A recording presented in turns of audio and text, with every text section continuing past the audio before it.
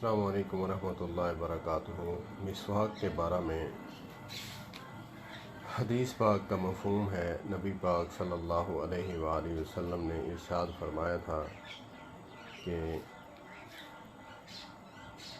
अपनी उम्मत पर मैं मुशक्क़त को न देखता तो मैं हुक्म देता कि हर नमाज पर मिसवाक करें। बहुत अहमियत है। तो इसकी हिकमत और लॉजिक पीछे ये है, उलमा फरमाते हैं कि एक जंग के दौरान नबी पाक सल्लल्लाहु अलैहि वसल्लम के सहाबा मिसवाक कर रहे थे तो कुफ़ार ने देखा तो उन पर इतना रोब पड़ा, इसीलिए तो इसकी अहमियत है। इतना रोब पड़ा कि वो आपस में कहने लगे कि ये दांत तेज़ कर रहे हैं, ये तो हमें खा जाएंगे, हमें नहीं बचाएंगे। इसकी बहुत बड़ी अहमियत है।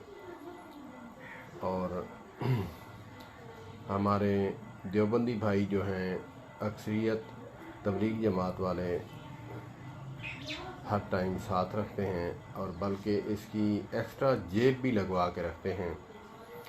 और हमारे अहले हदीस उलमा तो मिसवाक करते हैं, बाकी अवाम उन्नास जो है वो उनमें से इल्ला माशाअल्लाह। तो ये सुन्नत जो है, इस सुन्नत को अपनाएं।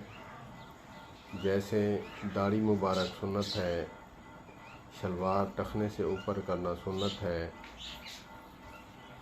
मूछें कतरवाना सुन्नत है, इसी तरह मिसवाक करना भी सुन्नत है। इसकी बड़ी अहमियत है। अल्लाह पाक हमें सारी की सारी प्यारी प्यारी सुन्नतों पर अमल करने की तौफीक अता फरमाए। अस्सलामु अलैकुम वरहमतुल्लाह।